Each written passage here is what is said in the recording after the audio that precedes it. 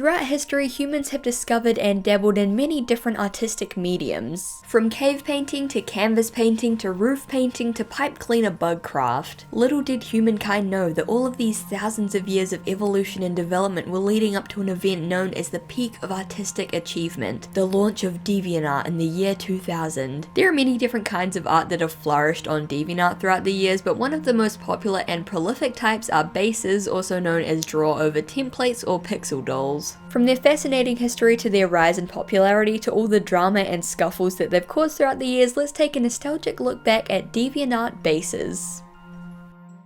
Before we get into things, I'd just like to give a huge thank you to Casetify for sponsoring this video. Now, I've actually worked with Casetify before and I'm so excited that they wanted to work together again because Casetify cases are super cool. Casetify makes super tough drop test approved phone cases which also have tons of customization options and just look really cool. Casetify has a huge range of phone case designs. Last time I put this like neon green one on my phone, but this time we're gonna change it up a little bit. We're going with the checkerboard print because it matches my shirt, and you know what they always say, the more matching clothing items and accessories you have, the better, you know, that classic saying. But don't let Casetify's hundreds of super cool designs stop you because you can completely customize your own cases. You can choose from a huge range of styles and colors and even add your name or monogram to the back. Most people use this for normal things like their name, but if you're a fan of cats like me, you could put Garfield or Bingus on the back. The options are truly endless. Order one with Sans Undertale on the back, I dare you. Not only are Casetify's cases very aesthetically pleasing, but they have an antimicrobial coating which kills 99% of bacteria and they're incredibly tough. Casetify cases are engineered with a 2-layer construction of Cheel and are drop test approved for drops up to 6.6 feet with their impact cases and 9.8 feet for their ultra impact cases. Now, everyone really liked it last time when I hurled my phone into a wall because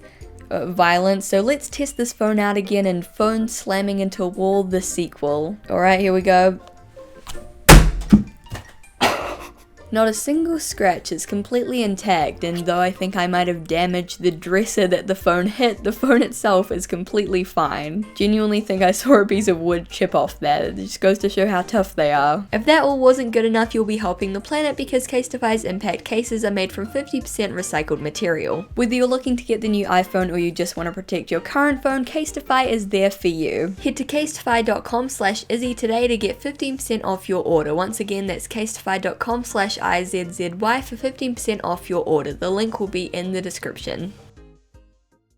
So let's first take a look at what bases actually are before we dive into their popularity and their history. Bases are essentially drawing templates designed in a way that you can trace over them or edit them in a digital art program to look however you want. They generally look like a bunch of nude doll-like anime figures set up in various poses, though they come in many different varieties. You can take a simple template base like this and turn it into this just by editing and drawing over the base. Artists will usually pick a popular cartoon or anime, take a screenshot, and then trace over the screenshot to create an accurate looking base, and you can find bases for literally hundreds of shows and literally thousands of poses. From the wide and varied selection of original bases to the hundreds and thousands of fandom bases for shows like Winx Club, Pokemon, My Little Pony, and more, bases were and honestly still are incredibly popular on DeviantArt. Now, usually I like to go quite in depth into the history and origins of the topics that I talk about, and usually there are journals, articles, and write-ups about this, but in this case there were no sources at all that I could find. This made me excited because we're pioneering the field of DeviantArt base research, but it also made me worried because, well, if I couldn't find any information on the topic, it would be kind of hard to cover. However, swooping in to save the day was fellow Garfield enthusiast at Miss Jackie Art, who linked me to an old DeviantArt journal titled I Hate Bases from 2009. This turned out to be the missing piece of the puzzle and the perfect lead, and thanks to this journal, I've been able to kind of figure out a rough history of DeviantArt bases. So a huge thank you to Jackie for sending that to me. Without that lead, this video wouldn't be possible. So let's return to this journal where, big shocker, various DeviantArt users are discussing why they hate bases. They were actually really controversial in the art community and caused a lot of drama, but we'll get to that a little bit later on. In this thread, one user wrote in response to the original rant post, quote, "The popularity of bases started with the popularity of Casetify dolls and pixel doll generators in the late 90s. Then those people realized that to make the electronic paper dolls, they'd have to be able to do some coding or have some kind of talent. So pixel dolls and bases became increasingly more popular. They were cute and easily produced. You could technically trace the origins of bases all the way back to the 1800s when paper dolls that you could cut out and dress up became popular children's toys, but that would require over 200 years of history, so let's just start with the aforementioned pixel dolls. The Casetify set system, or KISS, was created in 1991 and allowed players to dress up virtual pixel dolls described as a cross between a computer game and a paper doll. This was in a time before Girls Go games and online doll dress-ups were popular or even well known, so at the time it was pretty revolutionary and spawned many expansions, spin-off copies, and even a dedicated fanbase of its own. The topic of dress-up games and the pixel doll community of the 90s and 2000s is really fascinating, and I do plan to cover it in a future video, but for now what you need to know is that pixel doll makers were popular.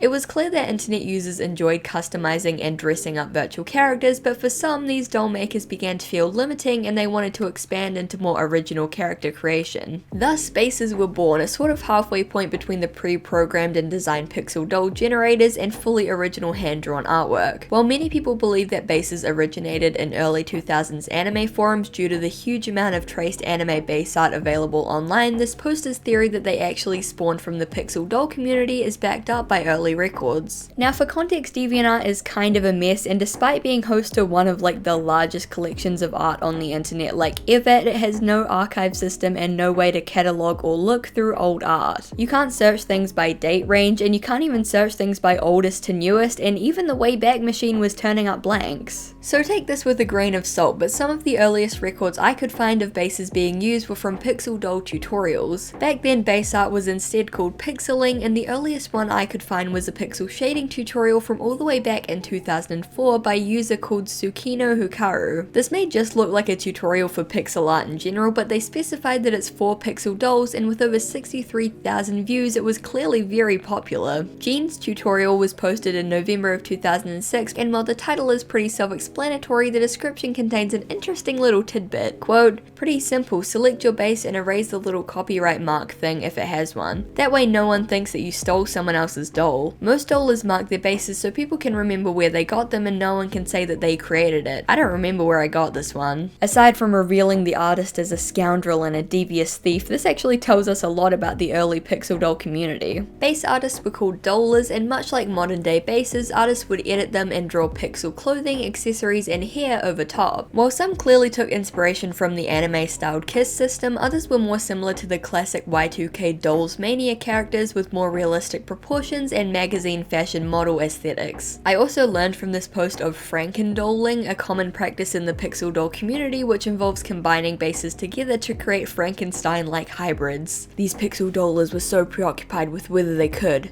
they didn't think about whether they should. So the base community started off with these dainty little Y2K pixel fashion dolls, but how did it end up like it is today, filled with My Little Pony and Sonic bases? Well, since the pixel doll community was heavily inspired, if not started, by the KISS system, which was widely used by and associated with the anime community, dolling was always pretty heavily intertwined with anime. One of the earliest anime-styled examples I can find on DeviantArt is anime body bases by Dueski in early 2006, though like I said earlier, it's really hard to find stuff on DeviantArt, so it's likely that there are examples going back way further. This base, called Base 36 by Comics Pixels in 2008, carries on this trend, but the artist notes in the description that people are free to use it for KISS or dolling, showing us that even in 2008, bases were still heavily associated with the pixel dolling community. From there, over the years, the pixel doll community and the base community kind of split apart, with bases becoming so popular that they basically overtook the website and pixel dolls kind of fading into obscurity. Pretty quickly, artists began screenshotting their favorite anime, from Naruto to Sailor Moon to Full Metal Alchemist and more. Artists would go out of their way to trace covers of both popular and obscure mangas, and a lot of them became obsessed with trawling through books, shows, and art pieces to find perfect base poses. From group poses to couple and romance poses to action poses, there were hundreds of thousands of bases for literally any situation and any style you could imagine. Artists quickly began branching out from anime into other cartoons and series. one of the most popular by far was Sonic, with Sonic bases finding huge popularity in the early to mid 2010s when Sonic OCs were a really big thing. For some reason, Winx Club bases were super common too, not only because the characters have that sort of fashion model look that a lot of artists like to design clothes for, but because Winx OCs were really popular. Same with Monster High bases. The series sort of lends itself to original character creation, so Monster High bases of all kinds flooded in. But as usual on my channel, it all comes back to My Little Pony. This is how I personally found out about bases as a dweeby little kid on DeviantArt, and you have no idea how huge the My Little Pony base community was. Artists would categorically go through entire seasons screenshotting every key pose and creating bases for them, so not only were there classic stock standard poses, but incredibly intricate and highly specific poses as well. It's actually pretty hilarious because I must have been really young around this time, probably like 10 to 13ish, and I had no idea what digital art even was. Like when I found out about what a drawing tablet was, I couldn't even wrap my head around it.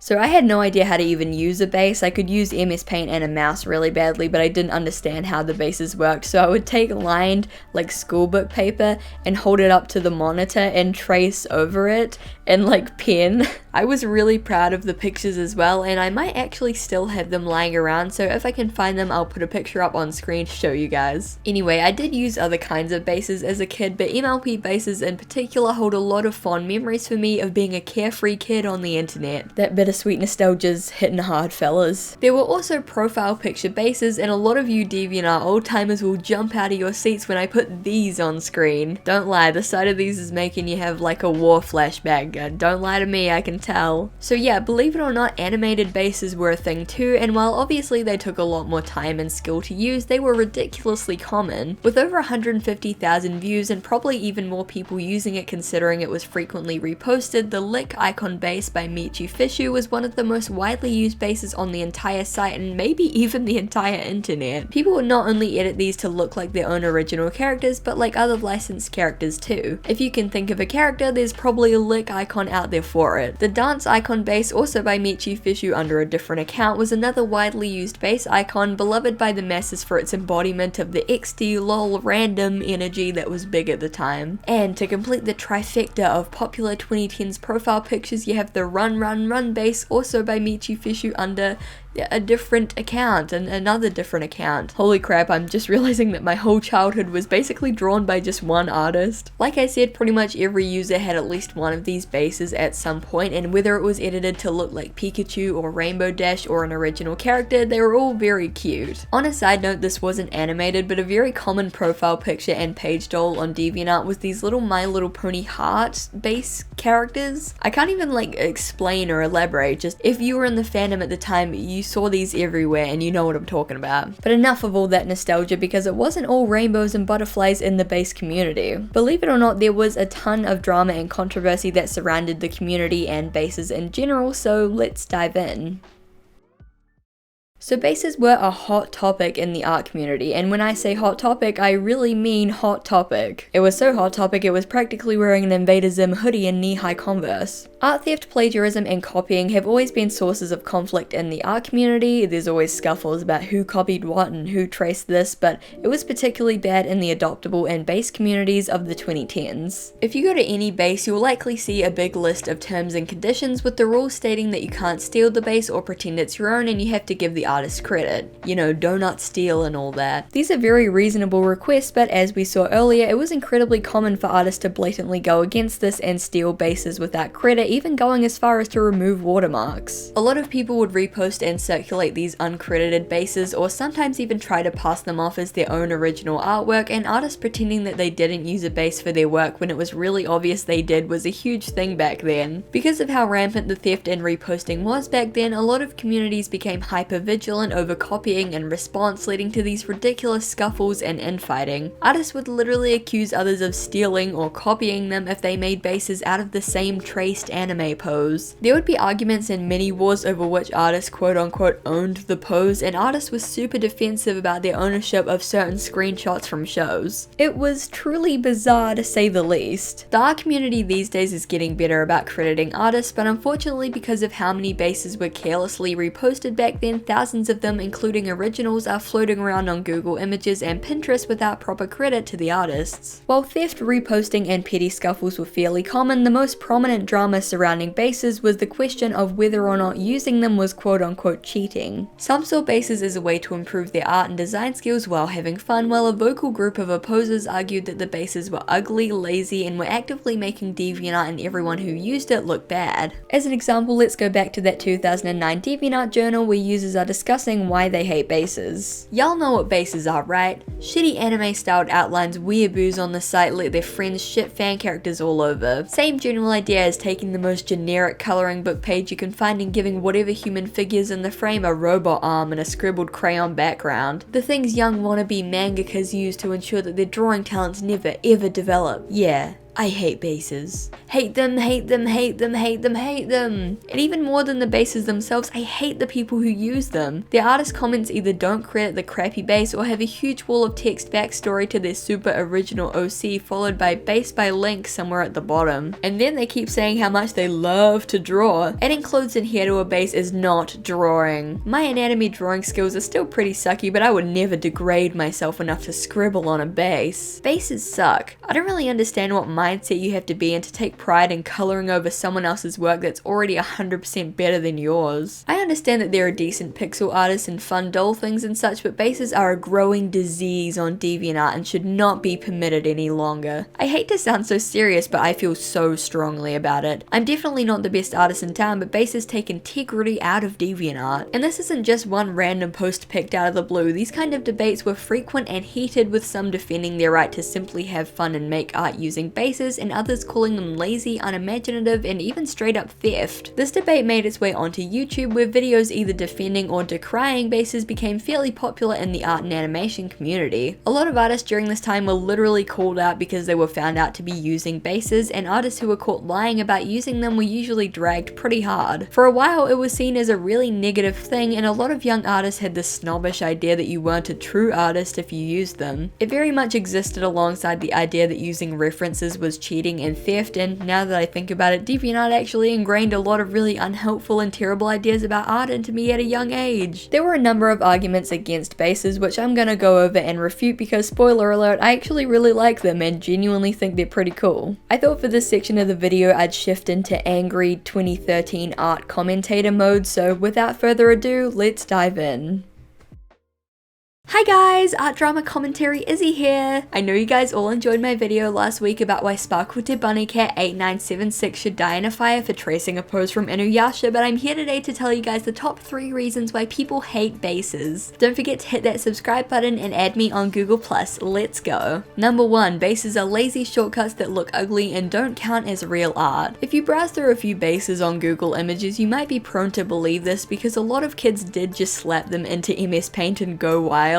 As they should. I would be prone to believe this as well if I hadn't been in the community as a kid and seen tons of genuinely gorgeous pieces of art made using bases. I saw artists using these templates to create beautiful OC designs, pieces with depth and texture and complexity and brilliant use of color and shape. Seeing all of this made me realize that bases are just like any other art medium. They take practice to learn and master. If you aren't already skilled at art, bases won't magically make you better. There are thousands of beautiful pieces out there that happen to be made using templates, but that doesn't lessen the work that the artist put in or mean that they cheated. As long as they credited the original base, that's still a valid piece of art that took time and skill to make. Even the bases that are clumsily edited in MS Paint and look very amateur, like the ones that I used to make, are cool pieces of art that someone spent time on. If bases make it easier for a kid or someone with limited experience or ability to make art, then we should encourage that because the world always needs more art. Number 2, bases are theft. Now this argument is a little more complex and nuanced. As I mentioned earlier, art theft in the base community was really bad, and it wasn't just people stealing and reposting uncredited bases, but tracing original art and making them into bases. From a 2011 DeviantArt journal titled Why I Hate Bases, quote, "Way too many base users are disrespectful to the owner of a base and forget to provide credit. Why does this bother me when I have no bases to provide? Because people steal my art and then think it's okay to make it into a base for their own character without permission or even credit. In some artists' quest to find find the perfect base, they would literally steal original art from other artists on DeviantArt, trace over it, and then make them into bases, which is a very big problem, so this argument's pretty valid. However, when you see people calling bases theft in like a ranty DeviantArt journal, they usually mean it in the sense that tracing over a black butler screen cap is stealing from the animation studio, or using My Little Pony screen caps from Hasbro is copyright infringement. This whole argument has been a thing in the art community for a long time, but the general consensus is that if you credit where you got the art from and you're copying something published for TV or print by a studio, it's fair game. Obviously, if you copy an individual artist's original piece, that's not cool, but studios aren't going to lose any money if people trace Adventure Time or Sailor Moon screen caps and share them around as bases. At least in my humble opinion, as long as the source is credited, making and using bases from popular media isn't theft. And lastly, number 3, they stagnate artistic development and make your art worse. While it's true that relying on bases for all of your art won't teach you anatomy or shape language or depth or shading like life drawing or master studies would, they're still a great starting point for budding artists. A lot of beginners learn to draw like this, using them almost as training wheels before they feel confident enough to start drawing characters themselves. Artists copy all the time, whether they're tracing bases or trying to replicate an art style they like or using references for their art. All of this is fine. Learning a complex skill like art is messy, and this weird idea that you have to be this pure artist who develops their style and skill out of thin air without so much as looking at a reference or copying anything is really dumb. Like I said, if you rely solely on bases to learn art, you might find that eventually you hit a bit of a wall, but that just means that you're ready to take the training wheels off and start doing your own thing. And even then, some people don't really care about their art skills and just want to use bases for fun. Casual artists exist, and if someone enjoys using bases to make characters or play around with art without any intention to improve or learn anything, that's fine too. Plus, a lot of artists in the actual industry started off using templates like this when they were younger, and that didn't stop them from becoming successful. Like I said, bases are a medium like anything else. They require time, skill, and effort, and can be a great way for artists to dip their toes into the metaphorical pool of art, or just a great way to make weird inflation Sonic OCs.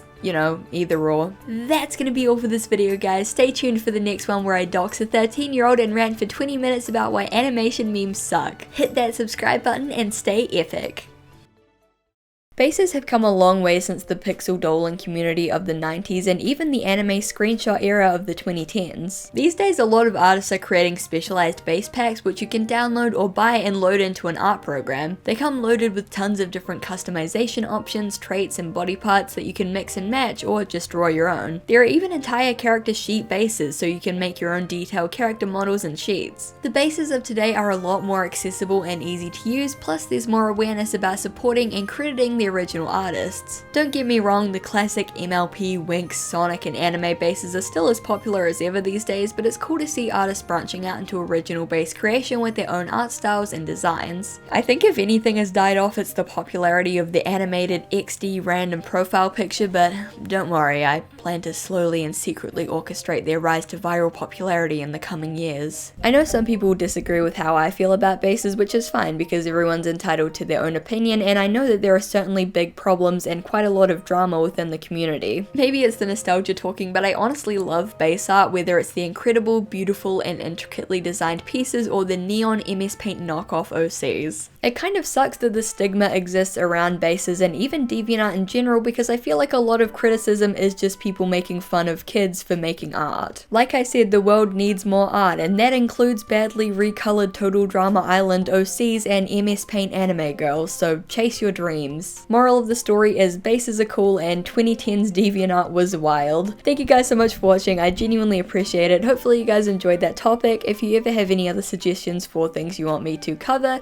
definitely let me know below, and let me know what you think about DeviantArt bases or any of your experiences on early DeviantArt, because yeah, it was wild. So yeah, I really hope that you guys enjoyed it, and I really hope to see you in the next one.